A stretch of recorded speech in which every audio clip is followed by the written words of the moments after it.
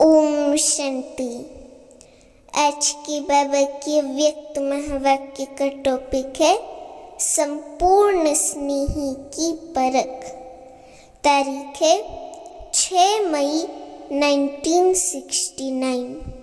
बाबा कहते, सभी किस स्थिति में बैठे हो, लगन में बैठे या मगन अवस्था में? किस अवस्था में हो? ज़्यादा समय लगन लगाने में जाता है या मगन रूप में हो? अपनी चेकिंग तो करते होंगे। अच्छा, सभी की ये इच्छा है कि हमारे पेपर की रिजल्ट मालूम पड़े। विशेष सभी के दिलों में यही संकल्प चलता रहता है। तो आज रिजल्ट सभी सुना देते हैं। सभी ने जो भी लिखा है यथा योग्य यथाशक्ति टोटल रिजल्ट यही कहेंगे कि बाप में निश्चय बुद्धि तो है, लेकिन जितना ही बाप में निश्चय है उतना ही बाप के महावाक्यों में, फरमान में निश्चय बुद्धि होकर चलना, वे अभी पुरुषार्थ में 50% देखने में आता है। बाप में निश्चय तो 100% है, लेकिन बाप के फरमान और आज्ञाओं में निश्चय बुद्धि होकर के जो फरमान मिला और किया, ऐसे फरमान में निश्चय बुद्धि मेजॉरिटी 50% की रिजल्ट में है। ऐसे ही टीचर में निश्चय है, लेकिन उनकी पूरी पढ़ाई जो है उसमें पूर्ण रीति से चलना, वह भी अपनी परसेंटेज की रिजल्ट है। ऐसे ही गुरु रूप में भी सदगुरु है, ये पूरा निश्चय है, लेकिन उनके श्रीमत पर चलना, उसकी टोटल रिजल्ट 50% तक है। सिर्फ बाप, टीचर, सतगुरु में निश्चय नहीं, लेकिन इस निश्चय के साथ साथ उनके फरमान, उनकी पढ़ाई और उनके श्रीमत पर भी पूरा संपूर्ण निश्चय बुद्धि होकर चलना है। देखो, बाबा ने कितनी गहराई वाली बात बोली कि बाबा के तीनों रूप, बाप, टीचर, सतगुरु, तीनों रूपों में निश्चय तो है, लेकिन तीनों के कर्तव्यों में साथ साथ उनके फरमान, उनकी पढ़ाई और उनके श्रीमत पर भी संपूर्ण निश्चय होना चाहिए, निश्चय बुद्धि होकर चलना चाहिए। बाबा कहते, इसमें कमी है जिसको अभी भरना है। स्नेह की निशानी क्या है? संपूर्ण स्नेही की परख क्या होती है? उनका मुख्य लक्षण क्या होता है? आप सभी ने जो सुनाया वे तो है ही, लेकिन फिर भी वे स्पष्ट करने के लिए जिसके साथ जिसका स्नेह होता है, उसकी सूरत में उसी स्नेही की सूरत देखने में आती है। उनके नैनों से वही नूर देखने में आता है। उनके मुख से भी स्नेह के बोल निकलते। उनकी हर चलन से स्नेह का चित्र देखने में आएगा, उसमें वही स्नेही समाया हुआ होगा। ऐसी अवस्था होनी है।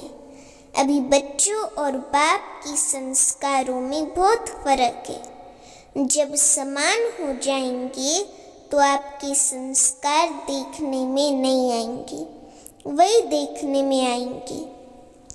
एक एक में बाप को देखेंगे। आप सभी द्वारा बाप का साक्षात्कार होगा, लेकिन अभी वे कमी है। अपने से पूछना है कि ऐसे स्नेही बने हैं? स्नेही लगाना भी सहज है, स्नेही स्वरूप बनना ये है फाइनल स्टेज। बाबा ने आज हम सबको कहा कि स्नेही स्वरूप बनना ये है फाइनल स्टेज। तो पेपर की रिजल्ट सुनाई, ये तो एक तो ये कमी है, दूसरी बात जो सभी ने लिखा है उसमें सहन शक्ति की जो रिजल्ट है वे बहुत कम है। जितनी सहन शक्ति होगी उतनी ही सर्विस में सफलता होगी। जितना सहन शक्ति होगी उतनी ही सर्विस में सफलता होगी। सर्विस की सफलता का आधार बाबा ने सहनशीलता बताया। बाबा कहते कि संगठन में रहने के लिए भी सहन शक्ति चाहिए।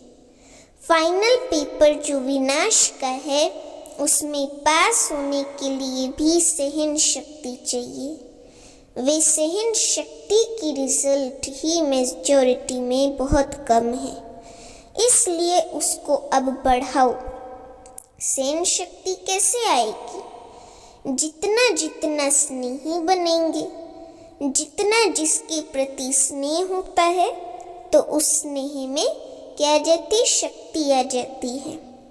स्नेह में सहन शक्ति कैसे आती है? कभी अनुभव किया है? जैसे देखो, कोई बच्ची की माँ है, बच्चे पर आपदा आती है, माँ का स्नेह, तो स्नेह के कारण उसमें सहन शक्ति आ जाती है। माँ जो है वो बच्चे के लिए सब कुछ सहन करने के लिए तैयार हो जाती है। उस समय स्नेह में कुछ भी अपने तन का व परिस्थितियों का कुछ फिक्र नहीं रहता है। तो ऐसे ही अगर निरंतर स्नेह रहे तो उसे स्नेही प्रति सहन करना कोई बड़ी बात नहीं है। स्नेह कम है इसलिए स्नेह सहन शक्ति भी कम है। ये है आप सभी के पेपर की रिजल्ट। अब 1 मास के बाद रिजल्ट देखेंगे। वहाँ 3-3 मास बाद पेपर आता है, यहाँ 1 मास बाद इसी रिजल्ट को देखेंगे कि स्नेही रूप कितना बने हैं। बाबा ने कहा कि मुख्य है निर्भयता का गुण, जो पेपर में नहीं दिया था क्योंकि उसकी बहुत कमी है।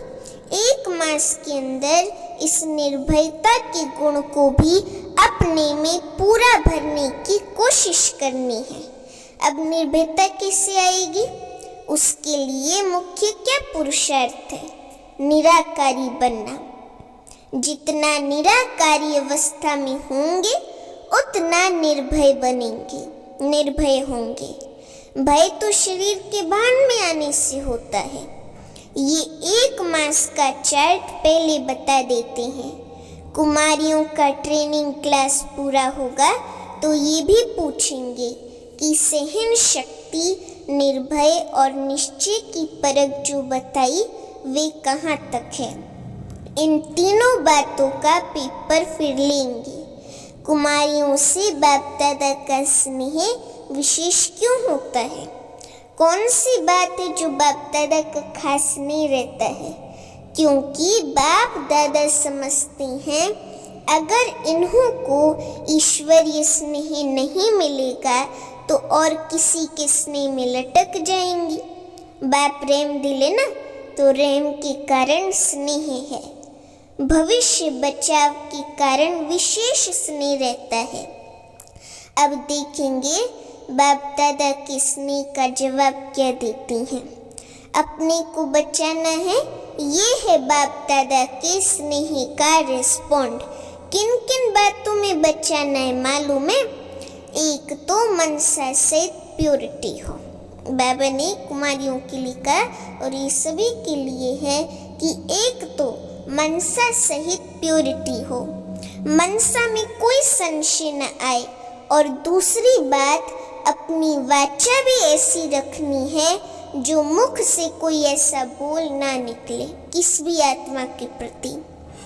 तो बाबा कहते वाणी में भी कंट्रोल, मनसा में भी कंट्रोल। वाचा ऐसी रखनी है जैसे साकार में बाप दादा की थी।